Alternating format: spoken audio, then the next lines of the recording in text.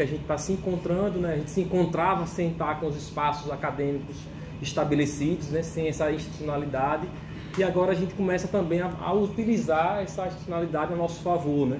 Daí também um pouco daquilo que a gente ficou ao longo desses últimos dias pedindo que você se inscrevesse, porque se a universidade confere certificação para isso, e se isso de alguma forma tem alguma necessidade no longo do nosso percurso, que façamos também o uso disso, né?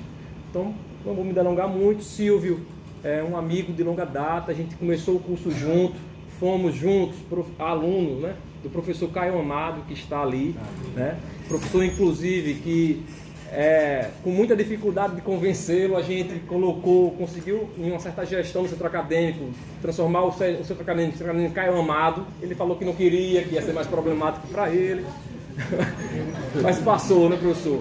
Então, para a gente é um pouco assim, a possibilidade da gente se ver ao longo dessa história, uma história que não acaba aqui, mas de uma caminhada que a gente conseguiu traçar.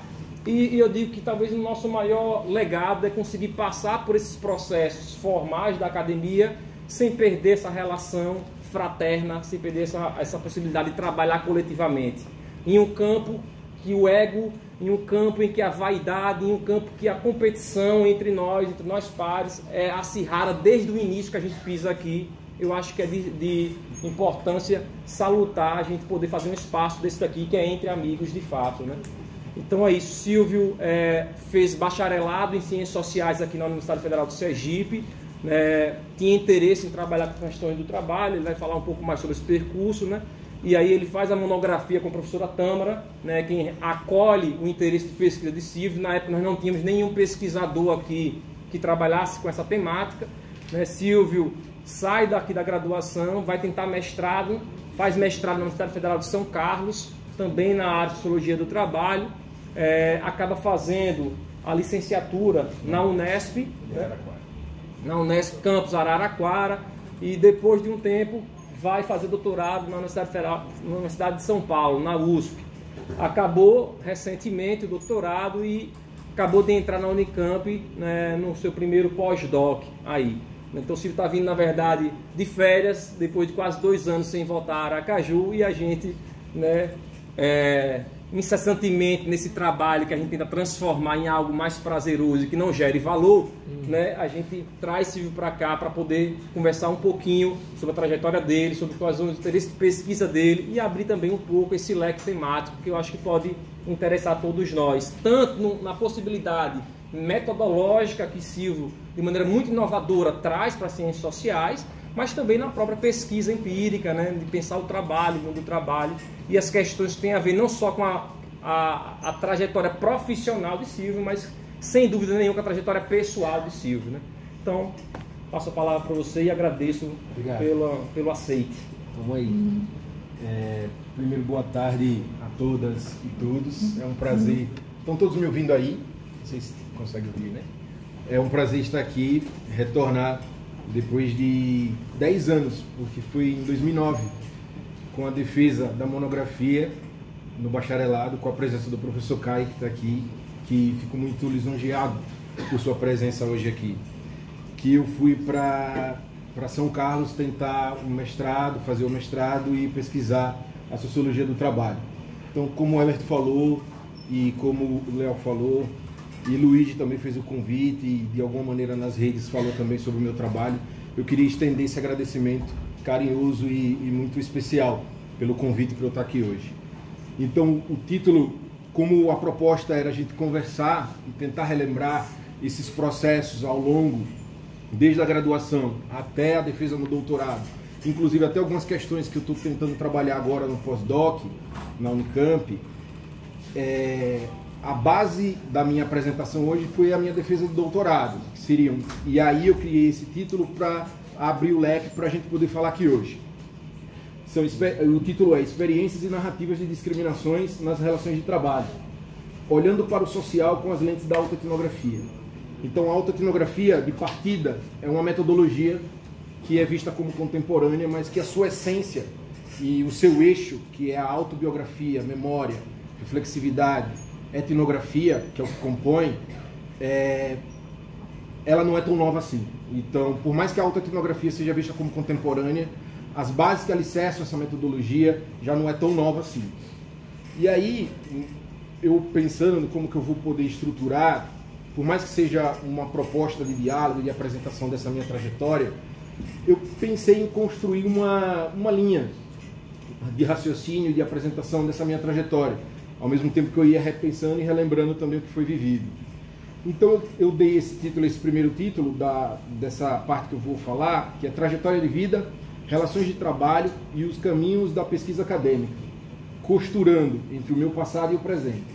E aí eu vi que eu tinha a necessidade de trabalhar, eu coloquei esse título, né? A necessidade de trabalhar e a busca por emprego, as primeiras aproximações com a realidade de trabalho.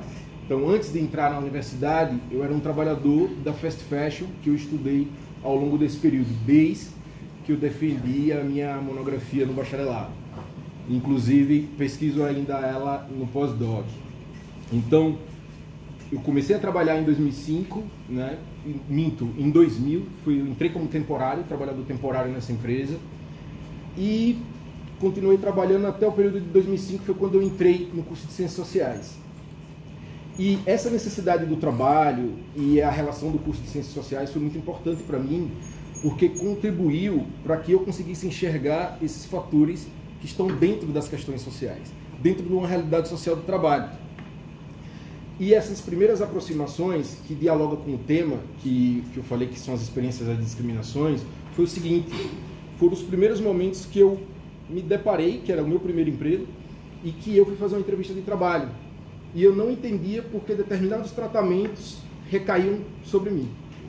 E, mesmo assim, eu não tinha um conhecimento acadêmico, não tinha um conhecimento da literatura racial, eu achava isso normal, algo do cotidiano do trabalho. E a partir desse movimento, eu consegui entrar na universidade, e aí que eu coloquei, como vocês estão vendo aí, a possibilidade de estudar na universidade como um meio de mudar a minha realidade de vida e trabalho. Foi na realidade de trabalho, eu percebi que eu era o cara visto só para pegar peso. O cara para descarregar caminhão, o cara para descer na área de vendas, pegar os cabides, fazer algum tipo de trabalho pesado. Isso me incomodava. Eu posso fazer outro tipo de trabalho. Eu não sou o cara que só tem que pegar peso. E pairava nas relações de trabalho essa coisa de que você tem que fazer o ensino superior. Você tem que ir para a universidade para você crescer na empresa. E juntou as duas coisas. Pô, eu não quero estar pegando peso, eu quero entrar na universidade, e eu vi que a entrada na universidade pode ser essa possibilidade de uma ascensão, primeiramente dentro da empresa, né? Depois pensar na vida, pensar nas outras coisas. E aí eu coloco o terceiro ponto, que é o vivenciando a universidade e equilibrando as relações vida, trabalho e estudo. E aí eu entro nesse ponto que você falou, dessa solidariedade, dessa parceria entre os amigos. Não é fácil você fazer uma graduação de Ciências Sociais com um jovem que fez o ensino médio, não tinha prática de leitura, pegar toda uma carga de leitura totalmente nova. Eu sei que tem alunos aqui, estudantes, professores, que devem ser de outros cursos. Então a minha fala aqui está baseada nessa minha experiência nas Ciências Sociais. Então, a relação de construção de uma amizade, de parceria, de solidariedade foi fundamental para lidar nas aulas, para poder lidar com a carga de leituras, com as bibliografias que eram novas. E era muito complicado isso, porque tinha que sair do trabalho correndo, chegar aqui, pegar uma aula, quando não, era tipo um trabalho que tinha que fazer e eu não tinha feito. E só alguns detalhes de curiosidade dessa memória: teve períodos de prova que eu não consegui ler o texto. E os amigos, Tati, principalmente, e o Everton que está aqui, eu só falava para eles assim: me resume o texto que você leu, fala para mim. Isso pode soar ruim, pô, você tinha que estar estudando, você tinha que ler, mas a realidade era muito difícil, às vezes eu não conseguia mesmo. Eu trabalhava 8 ou 9 ou 10 horas por dia, então eu não conseguia ler. E eu falava para ele: me resume o que é que você entendeu dos textos, entendeu? E eu ia com isso e com a bagagem das aulas, porque esse era o momento crucial. As aulas que eu estava ali prestando atenção, às vezes eu não anotava, eu prestava atenção no que o professor falava. Principalmente quando tinha um professor que falava muito bem e conseguia levar o contexto histórico, o contexto social para a minha realidade. E isso foi um movimento de equilibrar ao longo da graduação. E aí eu coloco como o surgimento do primeiro interesse de pesquisa, o mundo do trabalho, né? Você vai controlando o tempo aí, né? Você vai falando, né? O surgimento do interesse de pesquisa no mundo do trabalho surgiu da seguinte maneira. Primeiro, e aí eu vou passar aqui, que eu falo que são o interesse de pesquisa na UFES, o mundo do trabalho. foram 3 momentos cruciais, né, que me permitiu olhar com outros olhos a realidade vivida no meu cotidiano de trabalho. Um dos primeiros momentos foi a primeira disciplina que eu fiz, que foi Sociologia 1. Foi o momento que eu me deparei com a sociologia, né? Tipo, o que é olhar o social, o que é entender as relações sociais, as instituições sociais, né? Que ciência é essa?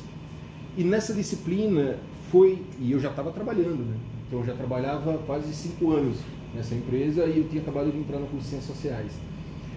Me fez enxergar com outros olhos o que eu estava vivenciando dentro daquela empresa.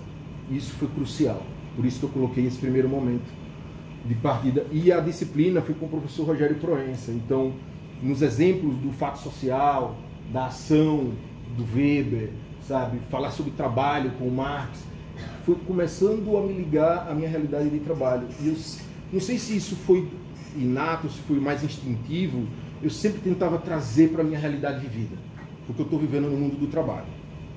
O segundo momento foi numa disciplina de Geografia Econômica, concedida pela professora Alexandrina. Não sei se aqui muitos conhecem, né? Essa disciplina foi crucial porque ela trabalhou um texto, Sentidos do Trabalho, do Ricardo Antunes, e lá tinha um debate sobre o toyotismo. E ela dava as aulas e eu ficava louco na cadeira, porque eu dizia, eu estou vivendo isso na empresa, não é possível. E o toyotismo, toda a organização era uma dimensão industrial de trabalho. Então, como que poderia, tipo, uma fast fashion, comércio varejista de moda, tá tendo esse tipo de organização que é típica da indústria? E isso nos chamou a atenção. E ela passou um exercício que era elaborar 5 questões, eu não esqueço isso, eu tenho esse exercício guardado até hoje, que era elaborar 5 perguntas do toyotismo, sobre o toyotismo, de acordo com a sua realidade de vida, ou de trabalho, ou que você criasse 5 perguntas. E eu criei 5 perguntas sobre a minha realidade de trabalho. E ela chamou e perguntou assim, mas de onde você tirou essas perguntas? Aí ela descobriu que eu trabalhava, a gente foi conversando, e ela tinha botado um MB, só por curiosidade, eu não entendi, cara. Eu falei, mas professora, não deu nota? O que é esse MB aqui? Ela colocou e ela me disse que era muito bom. E ali foi o primeiro indício, tipo, tem algo aí. Se eu construir toda uma relação de vida dentro do trabalho e a dimensão do toyotismo e as perguntas, e ela como uma professora antenada na questão do trabalho, percebeu algo de válido ali, isso já foi a primeira fagulha para mim. E o último e bem importante, que você falou da Tâmara, né, que foi crucial, foi... Eu comecei, mundo do trabalho, tem que estudar, tinha o Jonas, né? O Jonas que tinha... E fantástico, até essas relações, e isso entra muito das relações sociais, ele vendia o livro na caderneta. Não sei se vocês pegam isso hoje, tem muita gente nova aqui. Então, assim, ele viu o meu interesse e ele falou, leva, depois você acerta. E eu fui pegando livros da Sociologia do Trabalho. E, infelizmente, naquele momento, eu tinha o contato com alguns professores como a Tâmara, o professor Caio, a Alexandrina, mas eu não tinha um foco direcionado como elaborar um projeto, elaborar um trabalho na Sociologia. Entendeu? E aí, o que foi o potencial? Eu conversei com Tâmara,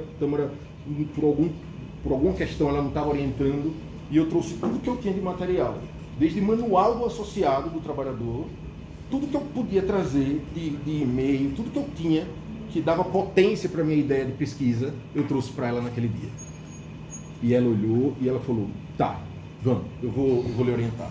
Eu vou lhe orientar na questão de montar um projeto, e eu tinha essa gana de, eu tenho que ir para um lugar que estude Sociologia do Trabalho. E nessa relação de solidariedade, de parceria, sem essa competitividade muito forte, ela me indicou um professor que ela tinha tido em João Pessoa, que acabou se tornando meu orientador do mestrado na UFSCar. E aí eu entro, a continuidade do interesse de pesquisa na UFSCar, o mundo do trabalho. Como que cheguei até lá, eu já comecei a contando para vocês, e aí ela me falou desse professor, fomos pesquisar o nome dele, achei o nome dele, achei o e-mail dele, e fiz um pré-projeto e mandei para ele. Pá, vamos ver o que dá. Lembra? Era essa expressão. Não, eu já tenho. Vamos ver o que dá. E aí ele falou, olha, o projeto é bom, precisa melhorar isso e aquilo, você precisa colocar algumas literaturas para poder dar uma atualizada, mas se quiser tentar, venha. Mas só que aí tinha um imperativo, né? Eu estava ainda trabalhando, né? E terminando o curso de graduação. E nesse movimento, eu estava fechando a monografia e justamente no dia da defesa eu já estava com a minha rescisão, eu acabei saindo da empresa, e aí são outros detalhes que depois na conversa a gente pode falar. Eu fui demitido da empresa e eu peguei minha rescisão e disse, eu vou tentar. Fui para São Carlos. E aí nesse processo, só um adendo, eu estou investindo tudo isso para tentar ir em São Carlos, e se eu não passar? É passagem, é hospedagem, várias coisas. Não tinha muito essa coisa da internet, da hospedagem solidária, pelo menos eu não interagia muito com isso. E eu percebi que tinha uma seleção na Unicamp, tentei também.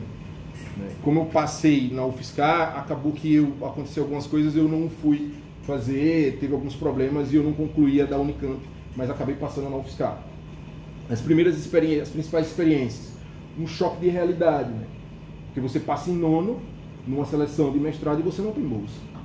Falei, pô, estou desempregado, achei que ia ter bolsa, e chego lá, não tem bolsa. E aí o que é que você faz estudando trabalho? Sem dizer nomes, uma das coisas que foi me sugerido foi arruma um desses trabalhos precários aí para você viver. E aí, vamos se jogar, vamos trabalhar, vamos transcrever textos, transcrever entrevistas, né? E foi desse jeito, até a parte final do mestrado, onde eu consegui uma bolsa e consegui tocar as coisas.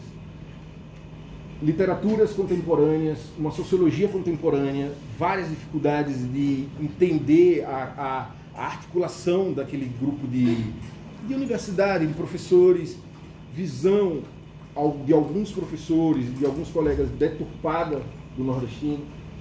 Então, assim, alguns embates nas entrelinhas. E aí eu retomo de novo a questão da solidariedade. Em muitos momentos que a coisa estava feia, que estava pesada de lidar fora da sua cidade, longe da sua família, longe das pessoas que você passou uma graduação, era o telefone. Para esse cara, para Tati, entendeu? Na maioria das vezes desabafando e tentando criar forças para continuar ali. E aí eu coloquei a aproximação com as relações raciais, o meu segundo pilar no tocante à pesquisa. Porque vocês vão ver mais para frente as duas grandes dimensões, é o mundo do trabalho e as questões raciais, que eu trabalho hoje em dia, que é a minha linha de pesquisa. E aí o meu contato com as relações raciais foi a necessidade de trabalhar. Surgiu uma oportunidade para ser professor tutor de um curso à distância, e que depois se tornaria semipresencial. Falei, para ganhar uma bolsa de R$665, vamos nessa, preciso trabalhar. E fui fazer o curso de tutor. Eu comecei a entrar em contato com as literaturas. Enquanto isso, os acontecimentos, quando eu estava trabalhando, eu não enxergava como uma questão racial, começou a cair a ficha lentamente. E nesse procedimento, fazendo o curso, eu percebi que eu, enquanto um nordestino negro, do mundo do trabalho, eu comecei a sentir que tinha algo estranho que acontecia na empresa comigo, e que eu precisava ter um conhecimento mais profundo dessas literaturas. Foi quando eu comecei a investir e fazer um mergulho profundo nas literaturas das relações raciais. E aí, unir o útil ao agradável. Professor desse curso à distância, depois se tornou semipresencial, eu estudando, lendo, fazendo a formação de professores na rede do Estado de São Paulo. E aí, o que surgiu? Alguns percalços que eu coloquei aqui, alguns percalços entre a consolidação da importância da minha trajetória de vida, trabalho e da condição de ex-trabalhador negro, somando-se a de pesquisador negro na conclusão da minha dissertação de mestrado. Qual era a questão? Eu ainda via muito um trabalhador geral, genérico. Então, assim, eu falava do trabalhador, eu colocava a mulher trabalhadora, o homem trabalhador, o gay trabalhador, né, a lésbica trabalhadora, o negro trabalhador, e as entrelinhas, e as especificidades, como que ficava isso? Mas como que surgiu? Surgiu no momento que eu estou na minha defesa, depois de eu ter feito a dissertação inteira, uma das professoras, a Isabel Georges, ela falou assim para mim, Silvio, como que você chegou até aqui? Você tem acesso, você fala de um jeito que parece que quase ninguém tem esse acesso de dados e de detalhes do trabalho. Como que você chegou? E outra, você é negro e você não fala nada sobre isso no seu trabalho. E a questão racial no trabalho? E aí explodiu. A mente fez, puf, já era. Tipo, eu não falei nada sobre relações raciais. E aí eu decidi. O próximo passo para um doutorado, eu tenho que pesquisar gênero e relações raciais. Mas, no meu caso, eu percebi depois da defesa que eu dei mais ênfase às relações raciais, transversalmente com gênero, mas eu precisava fazer isso. E aí, foi esse questionamento decisivo na minha defesa que me lançou definitivamente no campo das relações raciais. E aí eu coloco que foi o mergulho nas questões raciais, como eu já falei, o segundo pilar, e a interligação entre duas dimensões, como eu falei, o mundo do trabalho e as questões raciais. Um detalhe, eu ia para o evento da sociologia do trabalho, eu não achava GT das relações raciais, do negro no mercado de trabalho. Eu ia para GTs de relações raciais, quase ninguém falava do trabalho. Falava do trabalho docente, das ações afirmativas, mas não de empresas, do setor privado, do comércio varejista, e isso me incomodava. Eu preciso fazer um movimento de juntar essas duas dimensões. Eu preciso colocar, por exemplo, que a precarização vivida e percebida, ela pode ter um processo simbiótico com a discriminação racial, com o racismo, ou explícito ou velado. Mas a gente precisa analisar isso, a gente precisa aprofundar isso. E aí surgiu de novo as estratégias de mudança de campo. Estou só olhando aí. Eu precisava mapear os professores que eu ia, porque depois da experiência que eu tive em São Carlos, eu sabia que eu não poderia dar mais um bote ou um salto à cega, sem saber o que eu vou fazer, quem que eu vou procurar, como que eu vou falar. E aí eu cheguei em duas professoras. Uma delas foi a minha orientadora, que é a Nádia Araújo Guimarães, que foi a minha orientadora, e a Márcia Lima. A Márcia Lima hoje ela é uma pesquisadora das relações raciais, estudações afirmativas, teve trabalhos sobre o setor de serviços, mas a Nádia ela tinha algo específico. Ela estudava trabalho e estudou relações raciais por muitos anos. Trabalhou com gente de alto nível das relações raciais. Então eu falei, eu vou para um evento na USP, que era o Alastre, mapeei todos os GTs, não tinha um GT que falasse sobre trabalho e relações raciais, e disse, eu vou falar com ela. E aí, um detalhe nesse clima de conversa, eu cheguei no dia e estava o auditório lotado, e eu precisava encontrar com ela, mas eu não tinha visto. E o pessoal ficou tudo sentado, e eu sou daquele tipo que eu não posso perder uma oportunidade. Se ela surgir, você tem que pegar. E eu vou entrar, cometi uma gafe, sem querer, eu entrei no auditório lotado, passei por trás da mesa dos palestrantes, e ninguém estava passando, estava todo mundo sentado no chão. E eu passei. Falei, eu preciso sentar naquela cadeira que está vaga ali, porque aí eu vou tentar achar ela aqui. E fui. E quando eu sento, quando eu olho do lado, a Nádia Guimarães estava do meu lado. Parece como? Parece loucura. E ela estava do meu lado. E a gente foi puxando conversa, falei que era eu, tal.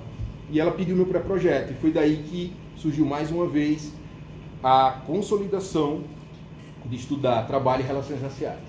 Depois disso, foi os receios. Eu ainda tinha aquele receio, que é uma da dimensão muito de um conhecimento positivo, positivista, de se colocar na pesquisa. E eu coloquei uma citação de algo que eu vivi no mundo do trabalho, que eu já estava indiretamente relembrando. E eu não disse quem era, eu só coloquei um ex-trabalhador negro no projeto. Passei na seleção, fomos embora, e na nossa reunião ela falou, antes de você falar qualquer coisa, me conte sobre você, sobre o que você viveu aí nessa empresa. Eu falei, como assim? Ela falou, aquela citação é você. Aquela citação é você, pode falar. E aí eu me desmontou, né? Ela tá pedindo para falar de mim, cara. E eu fui falando, fui contando, e ela falou, não, a gente precisa pensar nisso daí, porque isso é uma coisa que a gente não pode deixar passar. A sua trajetória, a sua experiência dentro dessa empresa durante 9 anos de trabalho, sendo estudante de ciências sociais, trabalhador, conhecendo e crescendo dentro dessa empresa até um determinado momento, pode nos dar muita potência analítica aí mais para frente. E foi aí que surgiu a autoetnografia. Foi o reconhecimento do quanto era importante a minha trajetória de ex-trabalhador e pesquisador negro.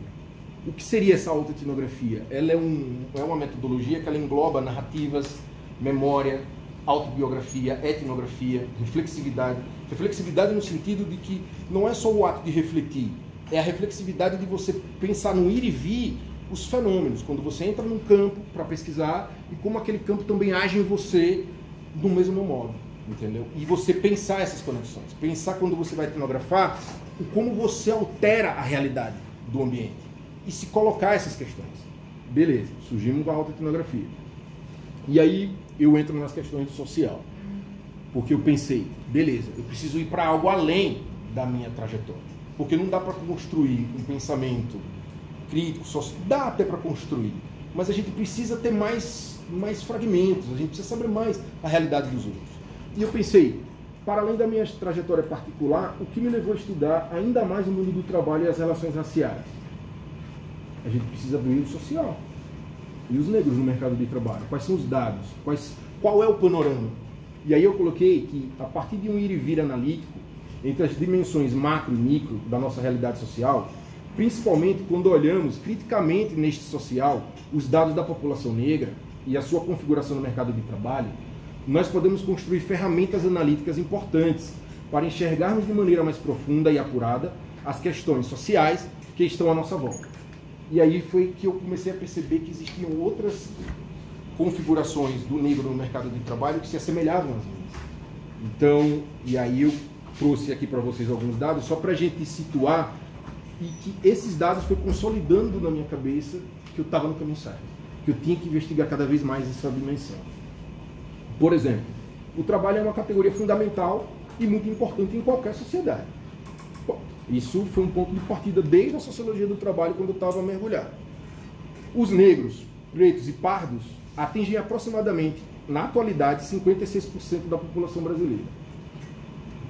Um mega de um número.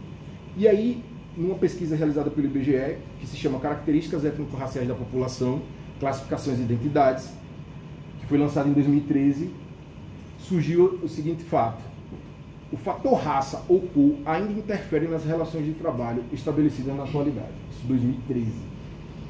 Desde 2000, quando eu entrei na empresa, até o 2009, quando eu saí, isso já interferia. Então, assim, e aí nessa mesma pesquisa, e isso foi um dado que me chamou a atenção para eu continuar seguindo, foi que o trabalho aparece como o lugar onde existe maior influência da cor ou raça, atingindo um percentual de 84,4% das indicações do lugar que mais sofre influência. Tácito. Qualquer relação de trabalho, pelos dados do IBGE, 84% das pessoas que responderam percebem que a relação no trabalho, cor e raça, vão impactar. Isso para mim foi crucial. E aí depois tem outros dados, né, que a relação com a polícia, por exemplo, e justiça, 79%, quase 80%. O convívio social, 77,9%. E a escola, 71,5%. Então, se a gente pensar numa dimensão macro-social, esses negros que compõem, se a gente pensar nesses índices, ele passa desde a escola, desde a sua sociabilidade com a polícia, o trabalho sempre sendo cortado pelas questões de raça e cor. Sempre. Né, se a gente pensar. E aí tem essa dimensão mais macro, né? Aí é o que eu pensei, eu tenho que tentar fazer esse elo de macro e micro. Eu tenho que tentar olhar as minhas trajetórias e as trajetórias de outros trabalhadores, mas não distante desses números macro, que dá um panorama da sociedade brasileira. E aí eu peguei essa outra, que foi do Oxfam Brasil, um relatório que saiu agora em 2017, 2 anos atrás, um relatório que se chama A Distância que Nos Une. Em 20 anos, os rendimentos dos negros passaram de 45% do valor do rendimento dos brancos para apenas 57%. Isso. Se um branco recebe R$1.000, um negro vai receber 57% daquele valor. Se mantido o ritmo de inclusão de negros observado nesse período, a equiparação, onde todos possam ganhar de maneira igual, de renda média, né, com a dos brancos, ocorrerá somente em 2089. Dado da Oxfam. E como fazer isso? Como pensar essa estrutura, essa questão dada na nossa sociedade com as nossas micro-relações, com as nossas aulas, com as nossas questões, com projetos de pesquisa, com a nossa ação na sala de aula? Como pensar? Porque isso não se dissocia, né? E aí, eu não sei se todos vão conseguir enxergar. Eu peguei esse dado agora, assim, foi lançado pela PNAD e IBGE, e o DIEESE fez essa arte, né? Ele lançou essa arte. Ele faz um mapa da inserção da população negra no mercado de trabalho. Depois eu posso até passar para vocês e falar, deixar para o Léo e para o Everton, mas assim, veja que no mapa do Brasil é a diferença de rendimento médio. Em Sergipe, para falar de onde nós estamos, a diferença entre negros e não negros, de salarial, de diferença, é de 35%, menos 35%. São Paulo é menos 44%. Então, o branco, o não negro e o negro, ele entra no mercado de trabalho com a mesma formação e ele vai ganhar menos 44% do salário que os dois teriam que ganhar. Essa é a nossa realidade e o dado é do segundo trimestre de 2019. Isso é atual, é agora. É a realidade que a gente está encontrando com toda essa reforma, com todas essas violências que vem acontecendo. Um outro que eu fiquei interessado, que acho que é legal trazer aqui, são 56% de negros, 43,9% de não negros. Só que se você for ver a população ocupada, que é essas bolinhas aqui, e eu leio aqui, negros são 53,8% as ocupadas e 46,2% as não ocupadas. Se você for pensar que a população ocupada com o ensino superior, o vermelho que é negro reduz, vai para 35,3%. Enquanto em contraposição os não negros aumentam. E aí a população ocupada com ensino superior em ocupações que exigem a formação diminui mais ainda o vermelho. É 31,4%. Então, você precisa estudar, você precisa se formar, você precisa entrar no nível superior, que as coisas vão melhorar. Mas não tem. Né? Eu deduzo, e analisando o relatório que eles lançaram, e que esses 53,8% são aquelas ocupações que não exigem um ensino formal, superior e tal. Por isso que o número aumenta. Mas quando vai exigir no nível superior, o funil vai ficando cada vez mais apertado. Tem um detalhe aqui também que é a hora trabalhada. Horas trabalhadas está lá na ponta. Para ganhar o mesmo que um homem não negro, recebe por hora, é preciso trabalhar negros, tipo, sei lá, 1 hora e 45 minutos para ganhar o mesmo. O não negro trabalha 1 hora para ganhar o valor que ele ganha. Né? E a mulher negra, ela tem que trabalhar 1 hora e 55 minutos. O que a mesma mulher não negra trabalha 1 hora e 9 minutos. Resumindo, o homem branco está na ponta, a mulher branca está logo abaixo, o homem negro vem em seguida, com 1 hora e 45, e a mulher negra, que ganha menos de todos esses, ainda tem que trabalhar mais para ganhar o mesmo que ele ganha. Então, assim, o meu intuito aqui foi trazer esses dados para a gente tentar pensar sempre essas dimensões que a gente vive no cotidiano com o que está acontecendo no panorama da nossa sociedade brasileira, pensando no trabalho.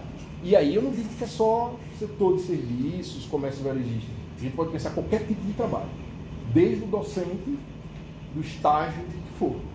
A gente precisa pensar. E aí eu coloquei que existem 3 pontos importantes. 3 importantes questões que eu falo. Que um é o imaginário social sobre os negros, os